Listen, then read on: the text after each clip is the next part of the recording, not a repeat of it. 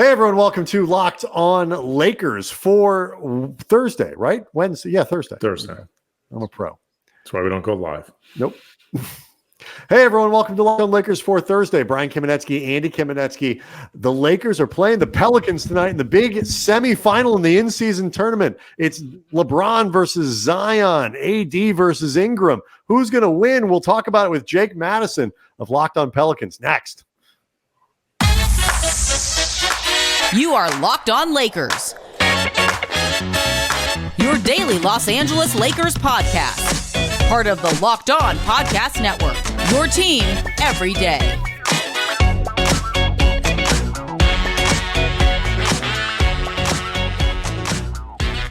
Thanks to everybody for making Locked On Lakers your first listen of every day, Monday through Friday, no matter how or where you get your podcasts. This one's always free. It will never be behind a paywall. Locked On Lakers on YouTube is where 22,000 subscribers are hanging out, talking about tonight's game in Vegas, Lakers versus Pelicans. This is an intriguing game under any circumstances, even more so given the stakes of a suddenly super popular in-season tournament.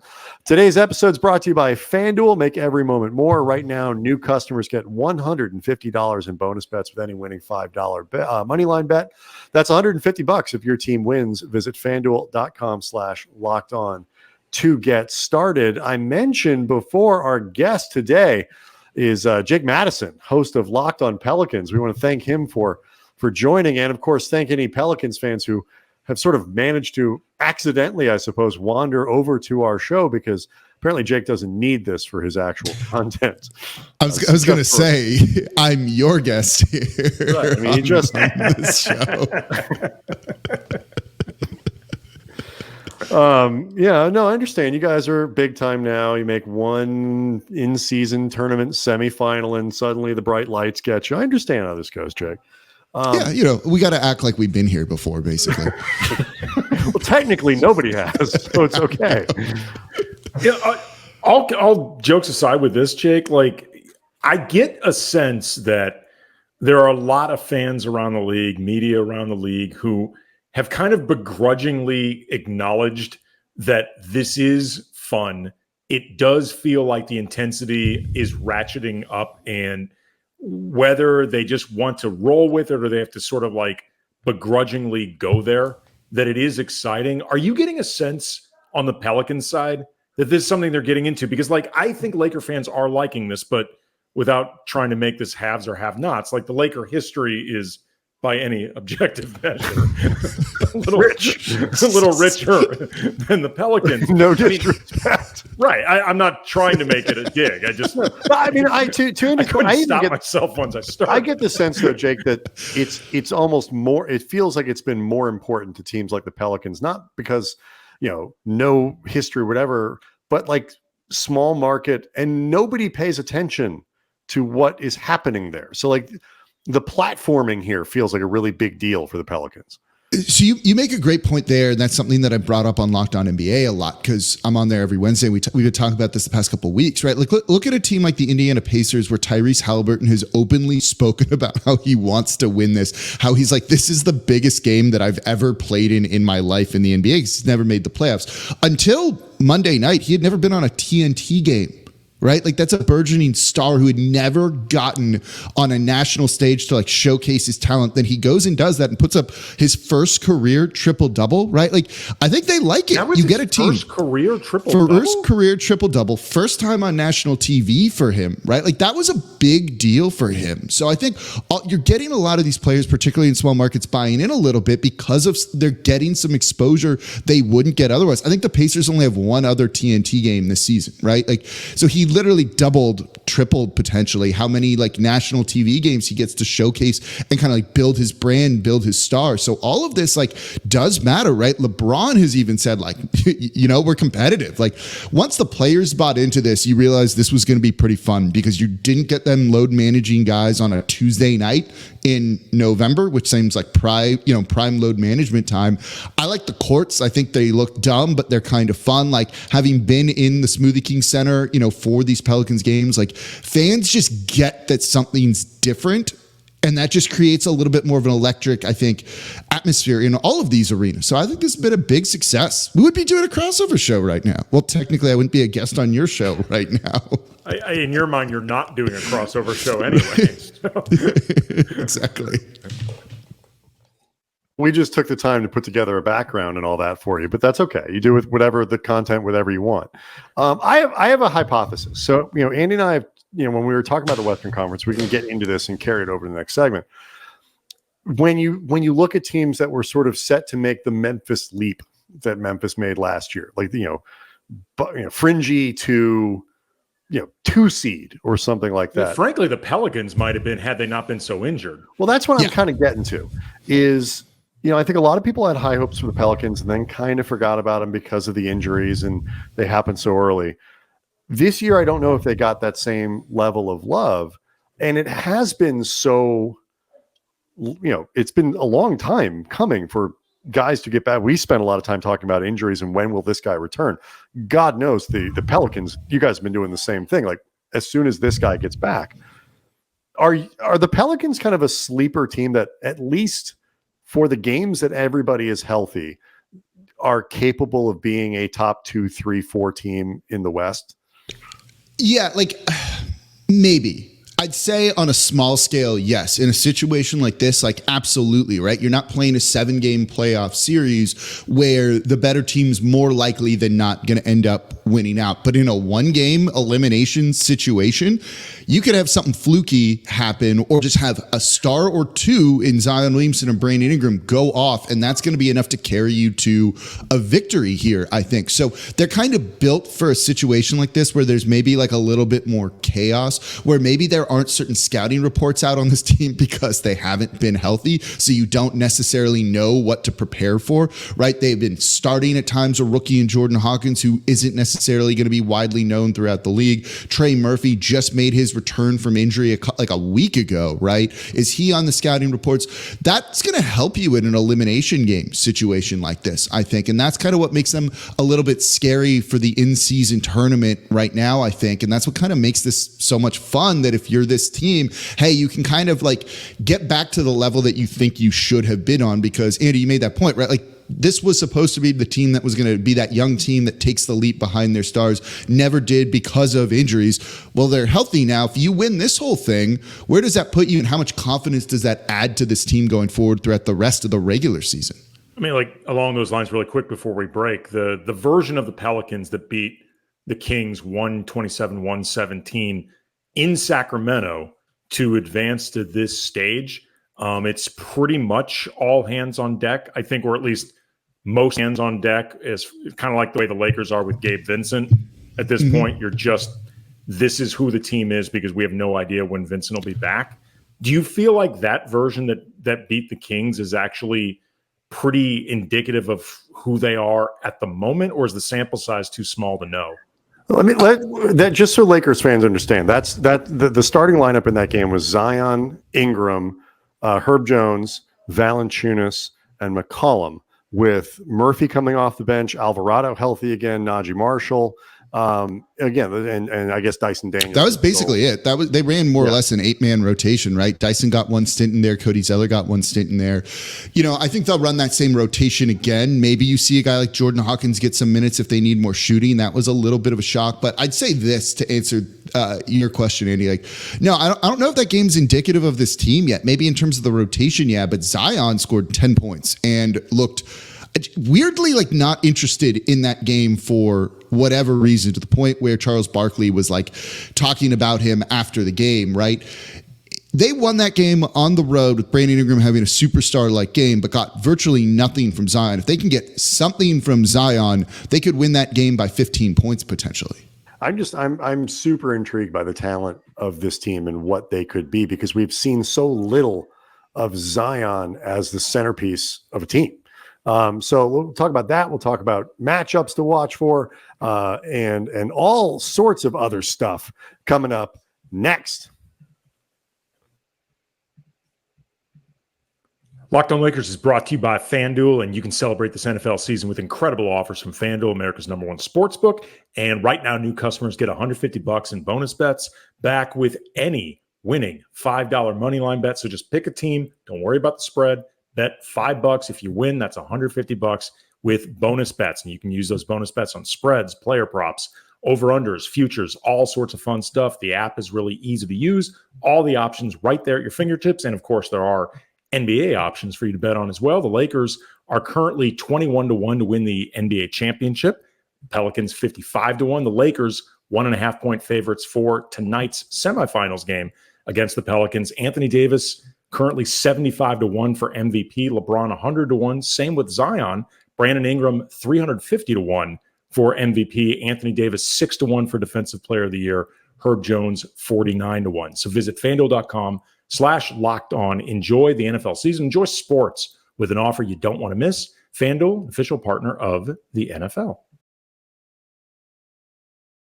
Reminder, the Lakers play the Pelicans tonight at 6 p.m. Pacific time. The Lakers trying to punch their tickets to the finals in Vegas, the in-season tournament. Catch every basket of the Lakers hometown broadcast with SiriusXM on the SXM app. Search Lakers.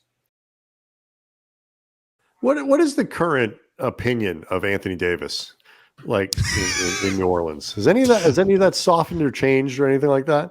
Has he thanked New Orleans on Instagram yet? Because until he does that, it's not going to be a good reception for him here, right? Like they really should have rebranded this, not as just the semifinal to go to the finals of the in-season tournament, but this should determine who is legally allowed to be said is the winner of the Anthony Davis trade, right? Like this is the culmination of that. Like that statement, that phrase should be on the line here. Did the Lakers win it or did the Pelicans win it? Based off this game alone and not the title that the Lakers won with Anthony Davis. No, that was in the bubble. This isn't. It doesn't in the bubble. count. There doesn't right? count.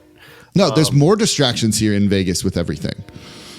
Andy, what matchups are you kind of looking at for this game? Because again, I am fascinated by this lineup the Pelicans are putting out.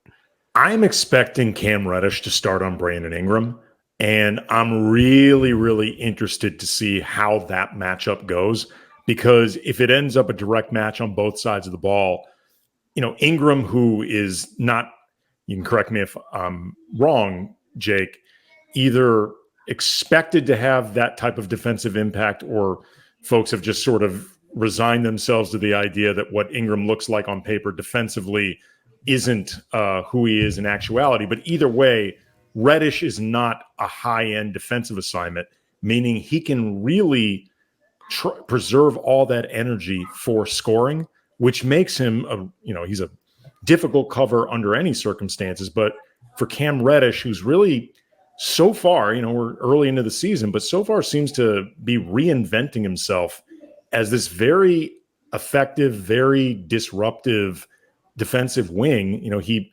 really gave Devin Booker, issues on certain possessions, but also he was frankly pissing him off.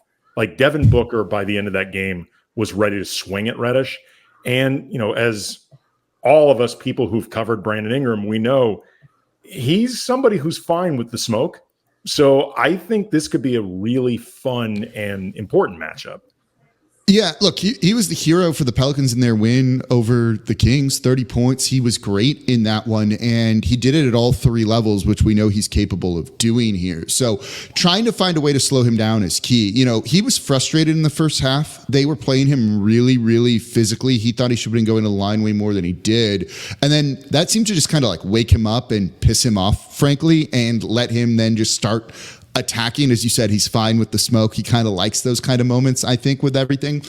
Putting Reddish on him, I also think means then what you're going to have LeBron on Zion to start would be my guess, because that's what they've done in the past with him. These teams, when they played in December of last year, so about a year ago now, that was the only time Zion played the Lakers last year. LeBron guarded him. There was no Ingram in that game. So I think those are the two key matchups to all of this, right? Like if you can slow down both Zion and BI or even limit one of them, I think is how the Lakers are obviously looking to win the game. That's not like breaking news or anything here, or deep analysis. But, Reddish with Ingram, if you can slow him down, that's big, because there's ways to limit Zion by just walling off the rim. And when that happens, you need Ingram to have a big game to take that scoring load.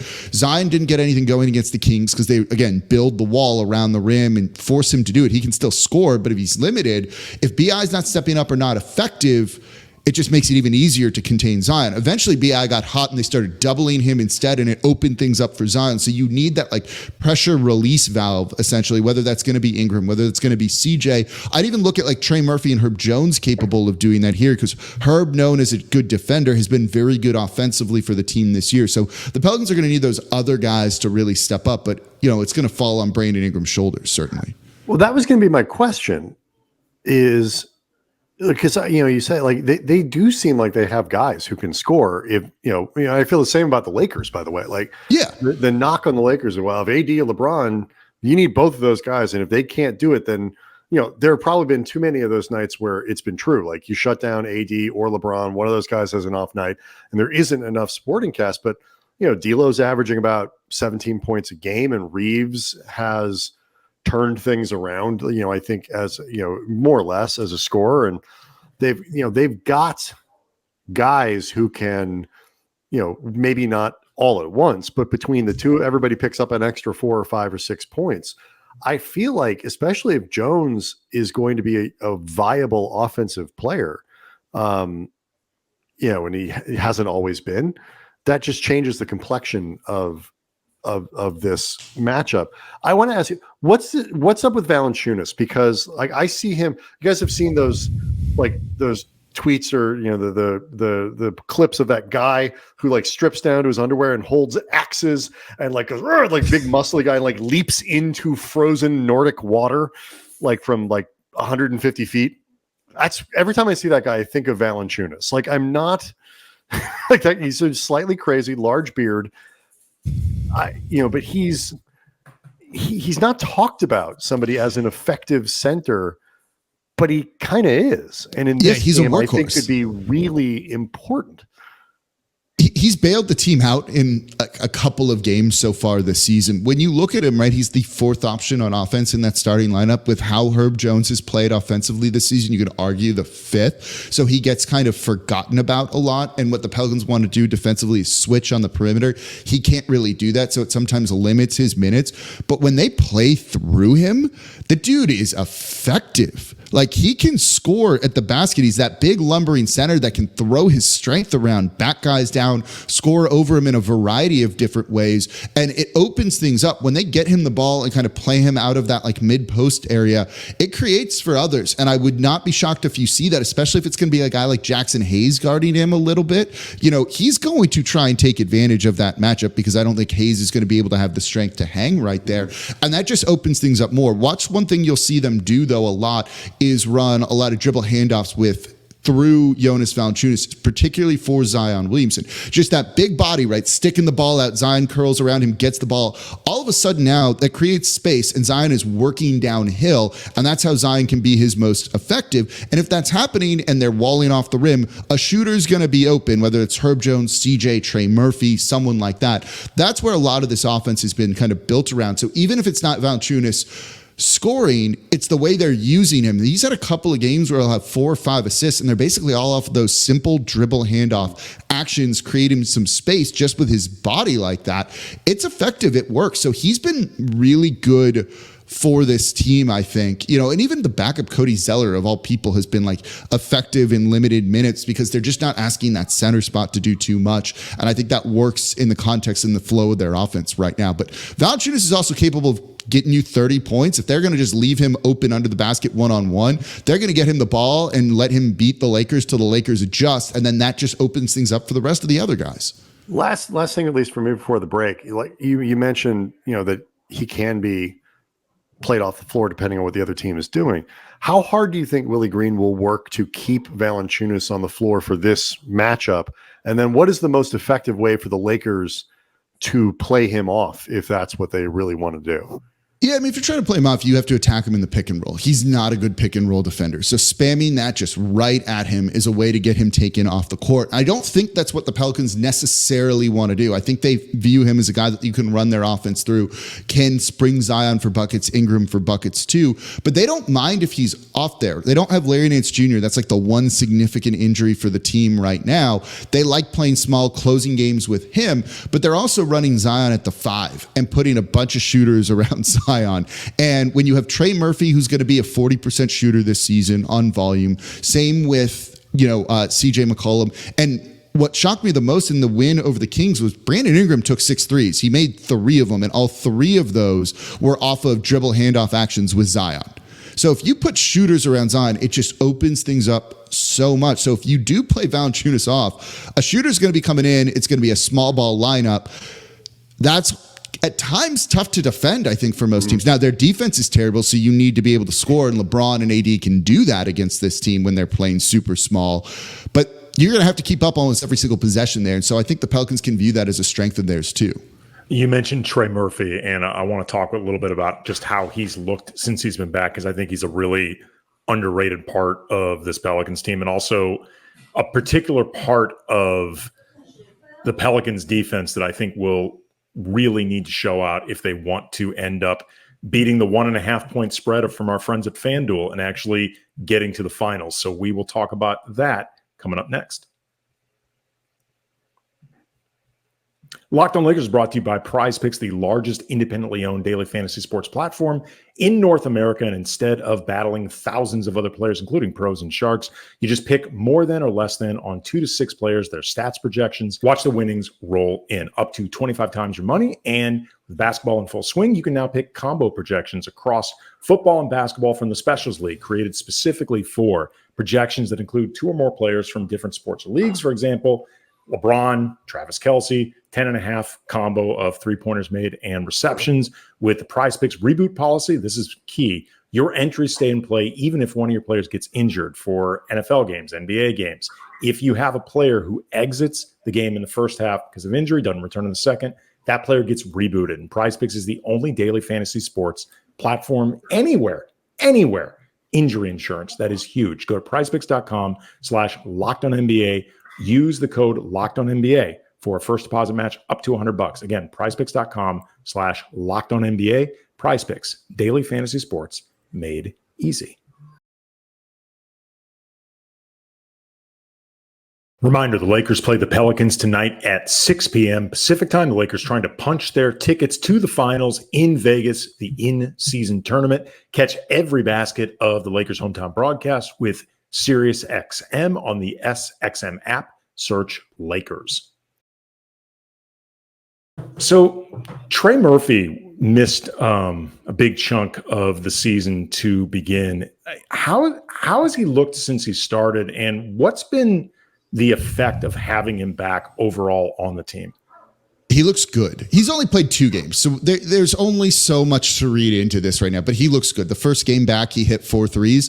That'll work. That's what he's there to really try and do, to try and come out and space the court. But he's just added so much to his game. You know, he was in the dunk contest last season, so he can put the ball in the court and drive to the basket, attack bad closeouts, things like that. He was 3 of 8 from deep against the Sacramento Kings. This is a guy that is not scared to take shots. He's not scared to take deep shots, too. He'll rip 30-foot 3-pointers without any sort of hesitation, with good size. He's 6'9", 6'10", somewhere in that range, plays good enough defense, helps them with rebounding. It's just an offensive threat and a guy that they were missing. This was a team, the Pelicans, that wanted to shoot more threes this year. They haven't been doing that because CJ McCollum had been hurt, Trey Murphy had been hurt. But in 2 games for Trey, it looks like he hasn't missed a beat. You're already seeing instant chemistry between him and Zion out there on the court. He is just that safety release valve for Zion. Zion's operating from the 3-point line, starts to drive. If it's not there, he's looking for Trey, and Trey's already been assisted on. I think in that game where he went 4 of 10, 3 of them came off of Zion dimes. That'll work. That's exactly what the Pelicans need. This is a guy that, can score at almost all 3 levels. The mid-range quite isn't there, but he can get to the basket. He can shoot threes. He's got good size. Just kind of perfect player for this Pelicans team right now. And then also, both of these teams look to get to the free throw line a lot. They're both good at doing it. The Lakers are extremely good at keeping teams off the free throw line. How good are the Pelicans in terms of keeping opponents off it? Because that could be a really big thing in this game in terms of how these teams go about trying to score. They're about middle of the pack. When they run Herb Jones and Dyson Daniels out there together, I don't think we'll see Dyson Daniels too much. I don't know. They're just very good at slowing down and mucking up opponents' offenses without fouling. Herb Jones does that. It allows Zion to roam a little bit, similar to like what LeBron James does at times for the Lakers too. Then he can just kind of hunt for steals, things like that. And then this team wants to get out and run in transition. There are moments though, and this might be the key to this one, where Herb Jones the past couple of games has gotten into foul trouble in the first half, needed to sit, makes him a little bit more tentative in the second half. For whatever reason, he doesn't get a very, healthy, good whistle from the officials here. If he's in foul trouble early, and I would assume the Lakers are going to almost not hunt him necessarily, but see if you can get him to pick up one or two little kind of cheap fouls, that like significantly, in my opinion, changes the complexion of this game. Because the Pelicans would lose, not a great defensive team, and you lose what Jones offers. Yeah, I mean, it's that, he's the wing stopper, right? This is the guy that is their best defensive player and can just mess up anybody. Like it's again, I'm being a little bit biased and homerish, right? But like, he should be in the running and should have been in the past couple of years on the all defensive teams. He's that good with some of the things he does, the steals and the blocks. This guy blocks an uncanny amount of 3-point attempts, which is not something you normally see in the NBA at these sorts of levels. You won't have much of that going on against the Lakers. So, the fact that he can kind of be a lockdown defender, and I don't know if they're going to put him on LeBron James to start. That's what I was going to ask. I'm not sure where they're going to throw him. They throw him kind of everywhere. Like, I wouldn't be shocked if he starts on Russell necessarily, right? Like, that seems to make a little bit more sense. Might be a little bit safer for Herb Jones to start on there too, and you put Ingram on LeBron James, kind of knowing that LeBron is going to go and get his, especially in an elimination game when he's stepping up. The only thing about that's interesting here, and Andy, maybe comment too, like, this is where those opening matchups are intriguing, especially related to LeBron, because LeBron doesn't typically come out of the gate of these games like gunning. He doesn't typically put a ton of pressure on defenses early. That said, this is a different kind of game. This is in Vegas, where LeBron said he's looking forward to bringing his team one day. He didn't mean this one. He meant the one he owns. So, like, the Vegas environment is something special and different to him. What are you thinking Andy LeBron is going to do in this first quarter? Because he will often kind of lay back. And if that's the case, you don't necessarily need Herb Jones on him. Well, I was going to, before even getting into that, I actually think that Herb Jones is a logical cover for D'Lo, because I think Herb is the type of defender that sometimes gives D'Lo fits.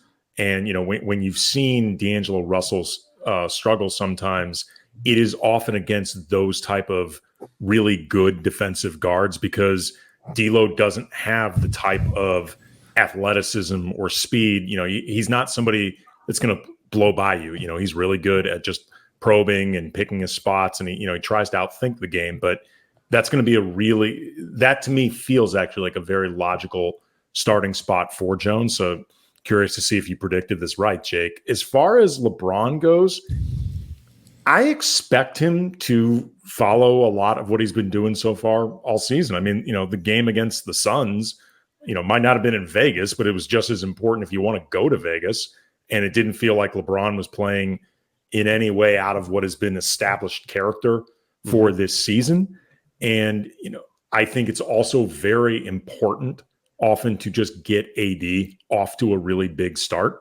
And by the way, it's another reason to put Herb Jones on D'Lo, because very often AD's great starts directly involve D'Angelo Russell, because nobody on this team, whether you're talking eye test anecdotally or just look up the stats on NBA.com, nobody on this team passes to Anthony Davis more than D'Lo. Like, frankly, it's not even close. So if Herb Jones messes that up for D'Lo, it doesn't just mess up his individual game. It actually could mess up some of what goes on with AD. That's key, right? Like, AD's had good games against the Pelicans anytime he's played them since the trade. So I think slowing him down for New Orleans is really going to be up there. One, just for like pride. I still think as an organization, they don't like the way his exit happened. And so I would be shocked. That's what I think they're going to do. Yeah, different shirt, right? We're going to be curious to see what he wears to this game here. It's he should wear the same "That's All, Folks" shirt. I mean, like, as long as you're going to be hated, lean into it. Just go for it, right? Like, trust me, they're not. I don't think that love's ever going to come back here in New Orleans for him. So yeah, you may as well go full on villain route with it all. But yeah, I expect Herb Jones on D'Angelo Russell. I expect Brandon Ingram on LeBron to start. We'll see. I'm going to be curious depending on how it goes if you see more Dyson Daniels, because that's two very good defenders the Pelicans can throw at kind of the point of attack, which sounds like a pain if I were playing against this team. So it'll be interesting to see if the rotation changes for Willie Green, if it's just going to be mainly those 8 guys they did before, if he adjusts it a little bit too. But if they can get Herb Jones in some foul trouble early, like all of a sudden kind of the floodgates open for the Lakers, they're going to score more. The Pelicans can't get out and run in transition where they're pretty deadly. And all of a sudden then it feels like New Orleans could be on the back foot. Last question. Oh, go ahead, Andy. Real quick. Last question I have. Is there an X factor guy that you look at for the Pelicans? Yeah, I think I'd say Trey. Like, I'd say it'd be Trey Murphy, who we talked about earlier, right? Like, this is a guy who had a 40-point game last season against the Clippers. Like, he's very capable of going off. He's been a starter. He knows how to do that role. He looks fully healthy. I don't think he's on as much of a minutes restriction as he was for these first couple of games. So I think they're going to look to unleash him. And I think he's going to have the green light to take as many threes as he wants. So if he has one of those games where he goes 7 for 10, 8 for 10 from 3, something like that, right? Oh, He's done it. He's done it a couple times. That kind of like blows things wide open then, and it's just going to make it so much easier for a guy like Zion to work because he needs the space. You don't not double Zion, right? For a guy that shoots 72% at the rim, you need shooters. It's the equivalent of like 47%, something like that from 3. Those guys don't really exist in the NBA. You need shooters to make teams pay for double teaming Zion, not to necessarily space the court for him, because I don't know if that's ever going to happen. Trey's one of those guys that will absolutely make teams pay. So if he's left open, I'm going to be curious to see what he's going to be able to do. My last question is really about Zion as he relates to these other stars. Like, when you look at the stars of this game, this is not to do the Halliburton story again from beginning of the show, but like to some degree, that's kind of the opportunity. Zion's a little more high profile than Tyrese Halliburton, but has not exactly been all over national TV since his career started. He hasn't played much. That's it. But yeah. His numbers, especially over the last 5-10 games, have been insane. What is the thing that sticks out? Like, because Lakers fans have, most people haven't seen a ton of Zion. So when he's playing well and healthy, what is it that sticks out about him in a matchup of stars where LeBron is one of the other stars, where Anthony Davis is one of the other stars? You know what Zion's going to do in this game. He's going to go to his left and he's going to try and score at the rim. The Lakers, you and I know this, which means the Lakers know this, right? Like, all of the fans watching this game are going to know this immediately, that this is what Zion's doing. And he still does it at an insanely high rate. Again, 72% at the rim this season, I think, is what he's scoring, with everyone knowing what he's doing. He is quicker than people realize. Look, jokes get made about his weight and all of that. He is lightning fast when he wants to be with some of those kind of like quick, short burst movements. And he can go score, and he's crafty around the rim. He's going to remind you at times of like a big man version of Kyrie Irving with some of the finishing that he has. And that's how he dominates the game. I hear a lot of Pelicans fans saying like he needs a jumper, he needs a mid-range shot. Not when you're shooting 72% at the rim, even when teams know that you're doing it. Just go and do the thing you're really good at. Everyone knows this, and no one can stop him. So that's why you've got to commit like 2, 3, 4 defenders at times to try and do it. So it's going to be about getting Zion going early. And if you can, like, look out, because he's capable going for 30, 40 on any given night, I think. I am super excited about the way that this tournament shook out. I am a big fan of any Lakers-Kings game, but I just saw a couple of those, and now I want to see the Lakers against the Pelicans, especially a full Pelicans squad, as full as it's going to get, and the Lakers as full as it's going to get in terms of meaningful players for a little while. Jake Madison, he is the host of Locked on Pelicans. Thanks so much for being our guest. Thank you, and thank you again to any Pelicans fans who accidentally wandered over here because Jake. Comment down below and tell him how much you love Anthony Davis. Locked on Lakers on YouTube. Write a manifesto about it. Locked On Lakers on YouTube is where you can go hang out with many thousands, 22,000 Lakers fans, and maybe some Pelicans fans now as well. They do pop up periodically. This is going to be a great game. We will be back to talk about it on Friday.